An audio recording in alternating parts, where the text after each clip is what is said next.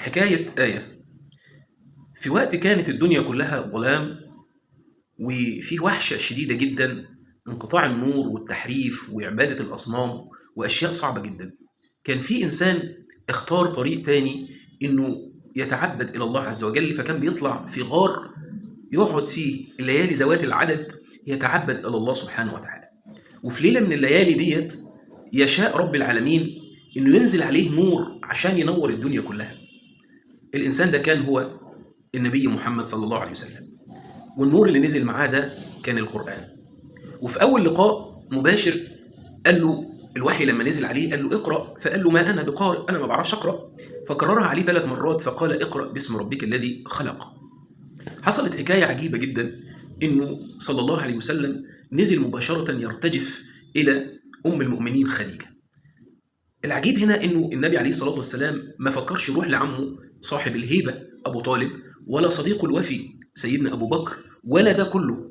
ذهب مباشرة إلى خديجة عشان نقول إنه في وحشة الدنيا يحتاج الرجل إلى حضن امرأة، لكن امرأة تكون مؤمنة دي وصاحبة فكر وعقل وتهون على الرجل. يدخل النبي عليه الصلاة والسلام ويقول لها زملوني زملوني، فتزمله وتتركه حتى تهدأ نفسه، وبعدين يقول لها لقد خشيت على نفسي يا خديجة، فتقول له والله لن يخزيك الله أبدا. شوف أول ما رد أول كلمة، هو ده الإيمان الحقيقي. هي عندها ثقة مطلقة إن أنت ربنا مش هيخزيك، وربنا سبحانه وتعالى هينصرك. ده أنت إنسان، أنا أعرف أخلاقك كويس، أنت بتكرم الضيف وبتعين على نوائب الحاجة، ويعني وتعدد محاسن الرجل في الوقت اللي هو حس إنه فيها ضعيف وخايف. تقوم هي الزوجة يعني صاحبة البصيرة وصاحبة العقل المستنير، تقوم تخفف عن الراجل وتقول له الكلام الجميل اللي يرفع من روحه المعنوية.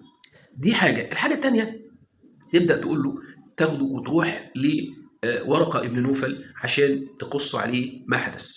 فيقوم ورقة بن نوفل. ليه اختارت ورقة بن نوفل هنا؟ انزلوا الناس منازلها. يعني ان ورقة بن نوفل كان راجل عنده علم، وكان من تنصر في يعني في هذه الايام، وكان يعني من علماء النصارى، وعنده علم وعنده فكر. فيقوم يقول لسيدنا النبي عليه الصلاة والسلام هذا هو الناموس الذي نزل على موسى، وانه هيحدث لك والله، يعني لو كنت جدعا حين يخرجك قومك، يعني سأقف إلى جوارك وسأنصرك نصرا مؤذرا. فيعني النبي يتعجب يقول له يعني هم أو مخرجية، هم هيطلعوني؟ قال ما جاء أحد بمثل ما جئت به إلا عودي. يعني دايما الحق له أعداء وناس بتقف ضده. فهنا يبدأ النبي عليه الصلاة والسلام يعرف الطريق بتاعه، ويعرف إن الطريق ده مش طريق سهل، لكن طريق محفوف بالمخاطر. يبقى احنا هنا اتعلمنا درس من آية اقرأ. لما نزلت على النبي عليه الصلاة والسلام كان حاله عامل ازاي، وأول ما فكر في أم المؤمنين خديجة. في النهاية هي دي كل الحكاية، والسلام عليكم ورحمة الله وبركاته.